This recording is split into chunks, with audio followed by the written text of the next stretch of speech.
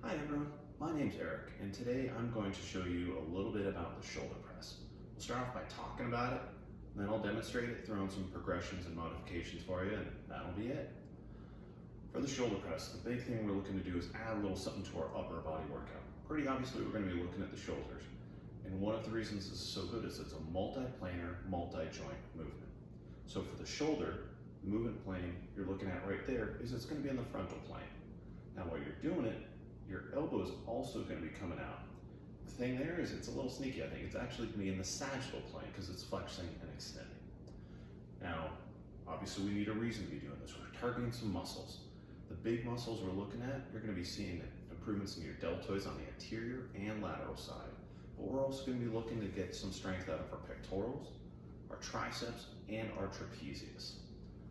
So I mentioned it was a multi-joint exercise, and you probably can figure out that you're going to be looking into your shoulder, and that's going to be doing abduction and adduction, and then your elbow. As I mentioned, that's going to be flexing and extending. Some of the things we're going to look at when we actually do the exercise. We want to start out basically your wrists right above your elbows. Engage your abs and glutes while you're doing this because it's essentially a free core workout while you're doing it. Push your arms up and bring them back down. As you're doing this, one thing to be doing is squeeze those shoulder blades behind you.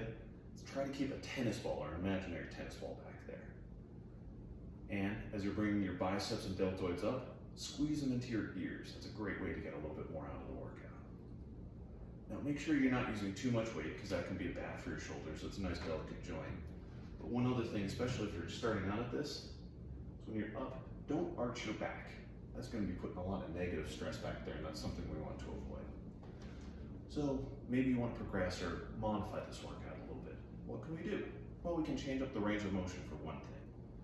Maybe you just don't have the strength to go all the way up. Well, that's just fine. Or maybe you don't want to bring it all the way back down. Anywhere in between will be getting you more work on your shoulders, and that's a good thing. So some of the other things we can do in this as a progression, just do one arm at a time.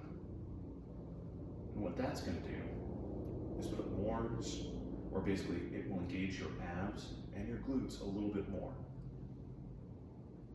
If you want to modify it, we can essentially do the exact opposite of that. Bring in a chair. Bench would be ideal if you have one, or just even a box, whatever you like. And do these shoulder presses from the seated position. And what that's going to do is take some of that work off of your abs and glutes and hopefully make it a little bit easier for you. So hopefully you learned something about the shoulder press today. We went and talked about it, some of the benefits of it, and we did some demonstrations with progressions and modifications. Thank you for watching and have a great day.